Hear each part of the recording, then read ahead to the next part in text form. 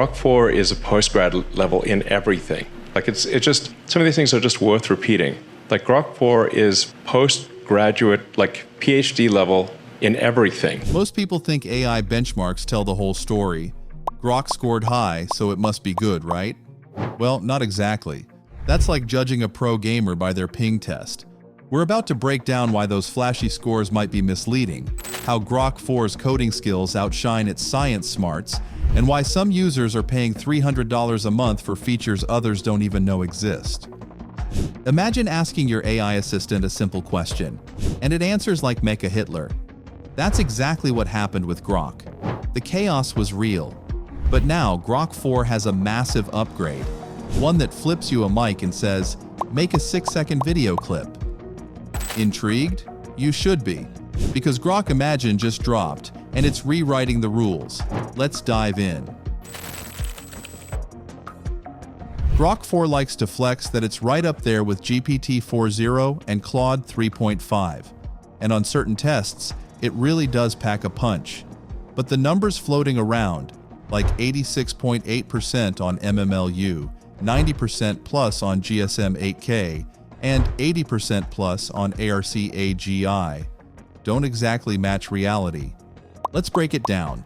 Take MMLU, Massive Multitask Language Understanding. It's 57 tasks spanning biology to business. Early claims put Grok 4 at 86.8%, neck and neck with GPT-4's approximately 86.4%, and Claude 3.5's reported 86.4%, approximately 88%.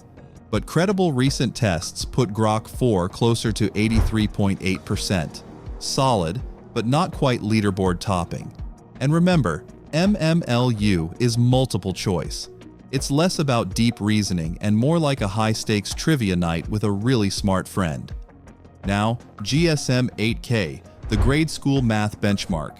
Here, Grok 4 shines, scoring 93.7%, slightly above GPT-4 and on par with the best. This is one place where the hype actually holds up. Then there's ARC-AGI, which Anthropic calls humanity's last exam. This is where the original 80% plus claim really falls apart. On ARC-AGI v1, Grok 4 hits about 66.6%. Impressive, but well shy of that inflated number. On the tougher ARC-AGI v2, it manages 15.9%, nearly doubling Claude Opus's score and setting a new high for closed access models. Still, it's far from the 80-plus club people throw around online.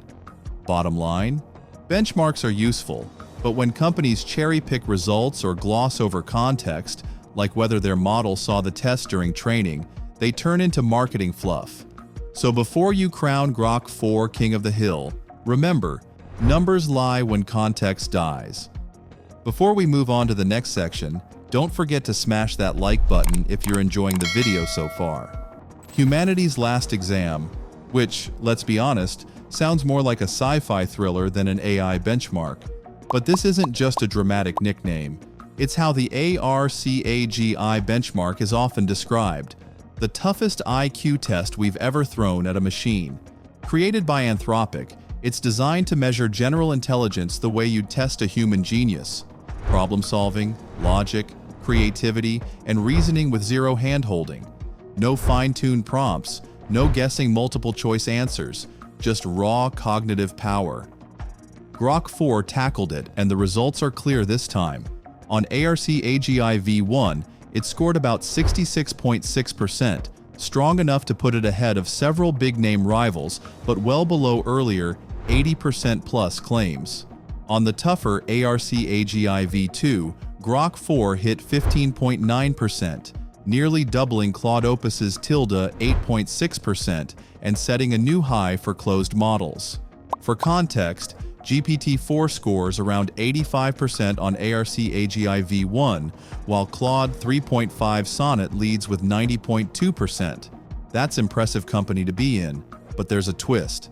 See, ARC-AGI isn't a public dataset. It's kept secret to prevent AI models from memorizing it during training.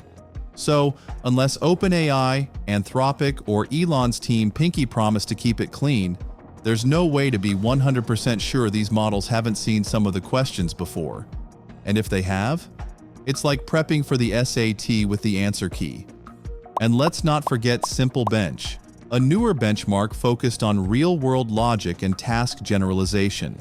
Early whispers suggest Grok 4 handled it decently, but still lags behind Claude 3.5 and GPT-4o on open-ended problem solving. But the major hype about Grok 4 was that it can do science. Can it? So the real question is, can Grok 4 solo science? Not unless your science experiment involves tweeting about it. Despite the hype, it's not cracking Nobel Prize problems or writing biology textbooks, at least not yet.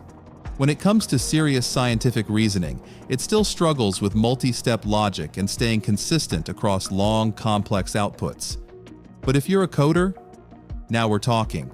Grok 4 shines when it's in the dev zone. It writes scripts, debugs, and explains code like a caffeinated Stack Overflow on steroids. Some early users say it's on par with GPT-4o for Python and JavaScript tasks, and it handles real-time context surprisingly well, especially for web-related work. So if you're building apps, automating tasks, or just trying to make your terminal look busy, Grok 4 might just be your new best friend. So is Grok 4 the next Einstein? Not quite. But it did pass one of the hardest tests we've got, which means it's at least applying to the same schools. Just maybe not top of the class. Yet. And this power explains the model's price tag. Alright, here's where things get spicy.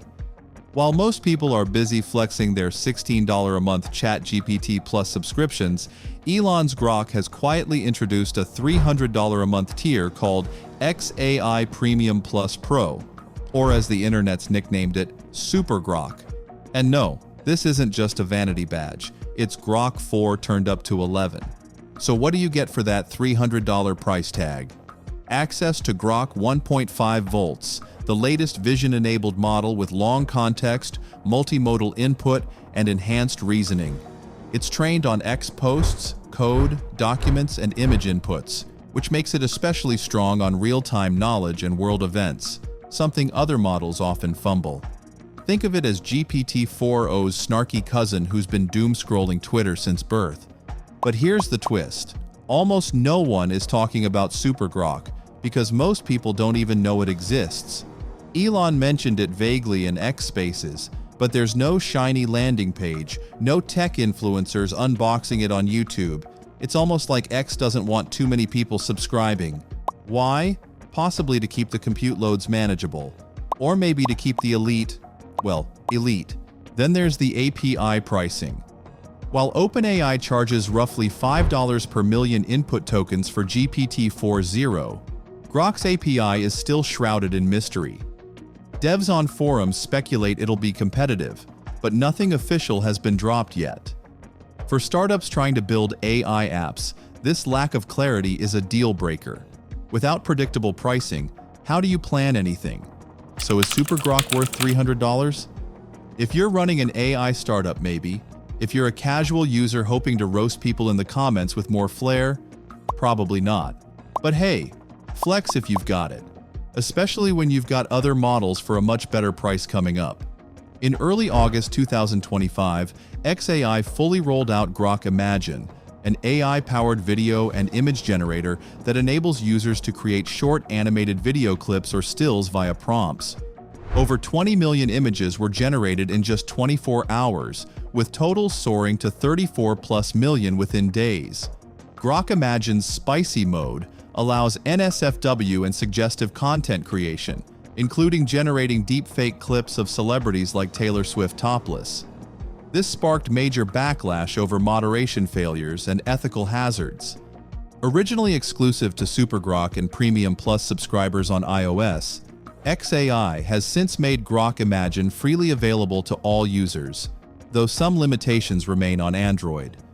Users can generate or upload a still image, then animate it using modes: normal, fun, custom, or the daring spicy, each producing looping clips with synced audio. Blink and you'll miss it. because the AI race is moving faster than your group chat on Drama Day. Grok 4 just hit the scene, but Grok 5 is already being teased? That's a bit much, even for Musk. Elon tweeted in typical cryptic fashion that the team is already training the next model, rumored to drop sometime in late 2025. And based on how quickly Grok 4 improved on Grok 1.5, expect Grok 5 to bring longer context windows, better coding support, and possibly native video input. Elon's even hinted at Optimus robot integration. Yes, the one that can dance. But Grok isn't alone in the ring. Over at Google DeepMind, Gemini 3.0 beta is in private testing. After Gemini 1.5 Pro stunned everyone with its 1 million token context window, insiders say 3.0 will finally fix Gemini's quirks with reasoning and multi-turn memory. Google's goal? An AGI-ready assistant that can browse, code, write, and maybe even dream. Then there's the sleeping giant, GPT-5. OpenAI has been tight-lipped, but Sam Altman recently confirmed it's in training and aimed at reasoning, long-form planning, and making ChatGPT better at being a personal assistant.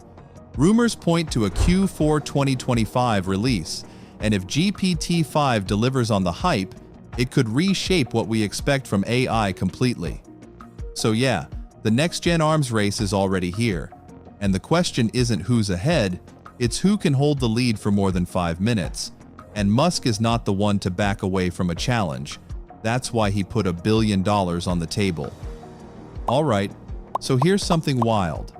Elon Musk just dropped over $1 billion on what's basically a fancy paragraph.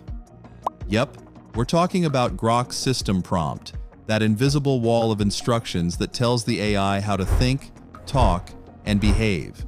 According to a tweet from Musk himself, the Grok 4 system prompt got a complete overhaul after training on what xAI calls gigabytes of human alignment.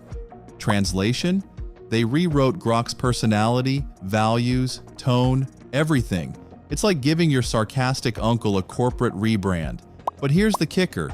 Building these models, and especially retraining them over and over again, is insanely energy hungry.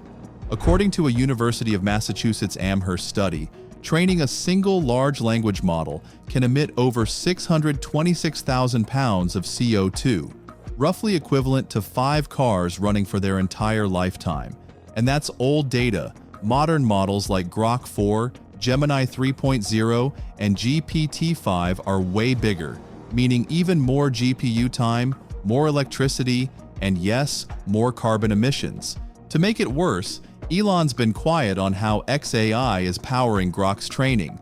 Is it renewables, a nuclear fusion experiment, or just a very sweaty Texas data center running on gas?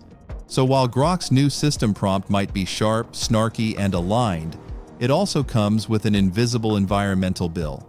But here's the bigger picture. Where does Grok 4 actually stand?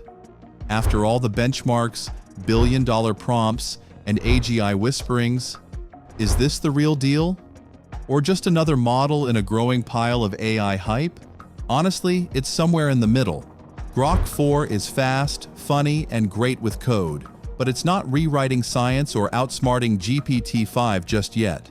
It's a solid leap forward for xAI, but not a leap into artificial general intelligence.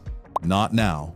Still, the race is heating up, and Grok 5 is already in the lab. So maybe, just maybe, the best version of Grok hasn't arrived yet. And when it does, let's hope it comes with fewer emissions and more answers. So what's Grok now? It's not just a text model, it's a full-on video creator for better or worse. It can animate your memes, but also your nightmares. Will Grok 5 fix the chaos or amplify it? Let me know if you're excited or freaked out. Here's another video AI enthusiasts loved watching. This is AI Exposed, demystifying the world of artificial intelligence, one video at a time.